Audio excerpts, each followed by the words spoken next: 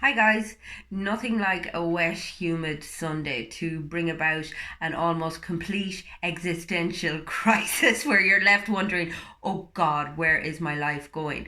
But the thing is, guys, oftentimes on a Sunday, people find themselves in this position and they swear to themselves that their lives are going to look different, and they put all of these goals in place and all of these ideas in place for how things are going to change.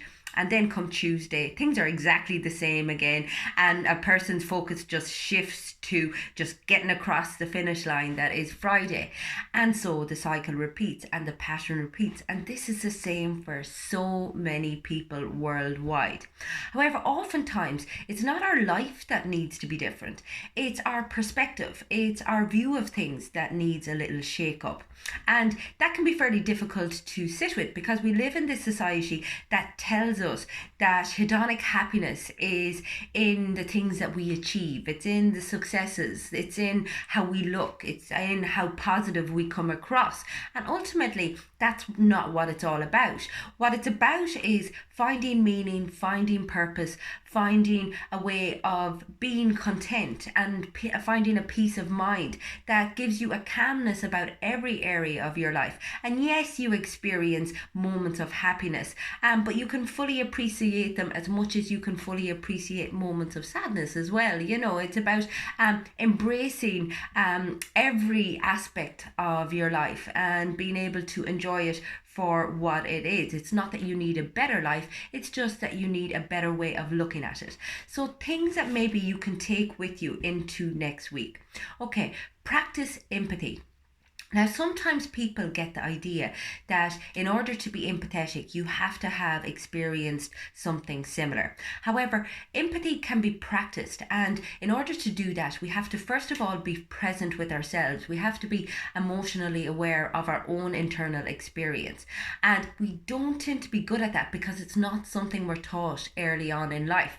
However, it is something that you can build as a skill, and the more in touch you are with your internal experience, and that's your thoughts, your emotions, the more in touch as well you'll be able to be with other people. Consequently, connections will be richer, they'll be more meaningful, and ultimately, we all just want to be understood, we all want to be heard, we all want to be seen and appreciated. And in order to do this, we also need to offer the same to other people.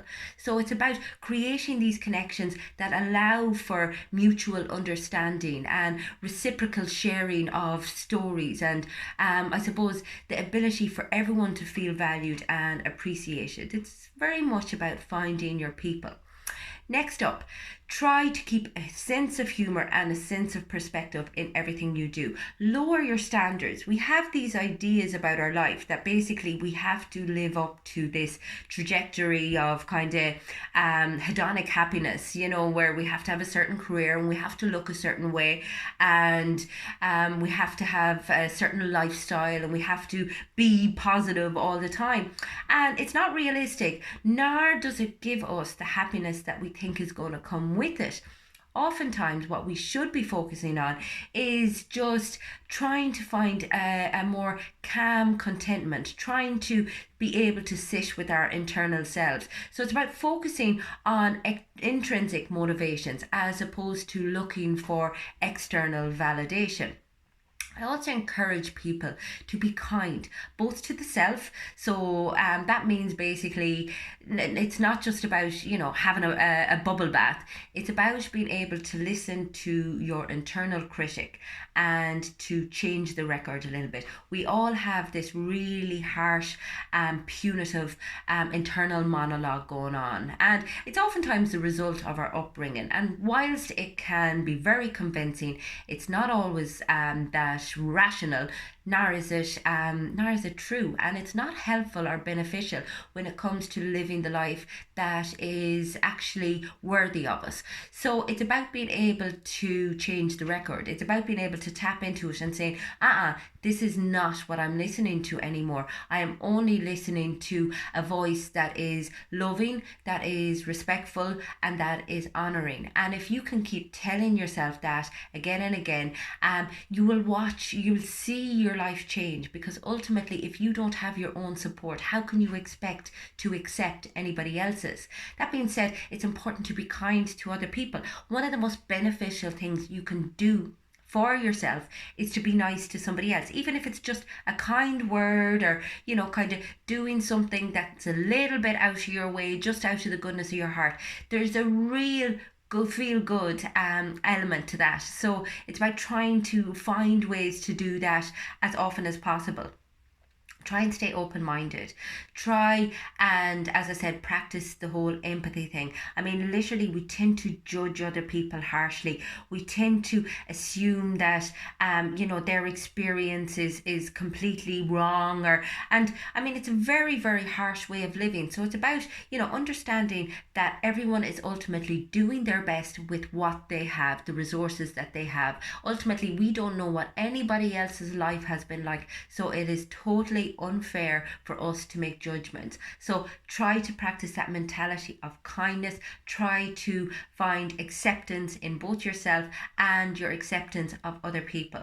Create positive habits, and bear in mind that your habits weave your destiny, and oftentimes the things that are most beneficial to us are the things that we least feel like doing.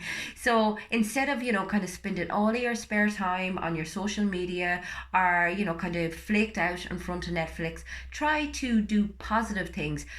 They don't have to be for prolonged periods of time, but try to inject them as frequently as possible, and in a very consistent manner throughout your day, and you'll feel so much better about things.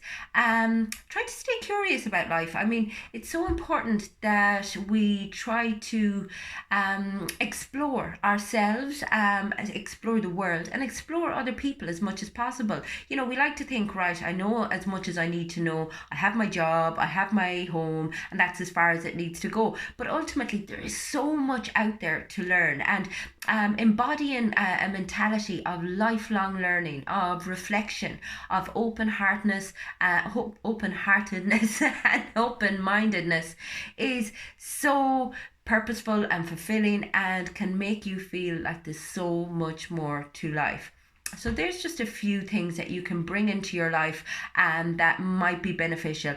Always bear in mind as well the mind's ability to convince you that you don't need to know new things.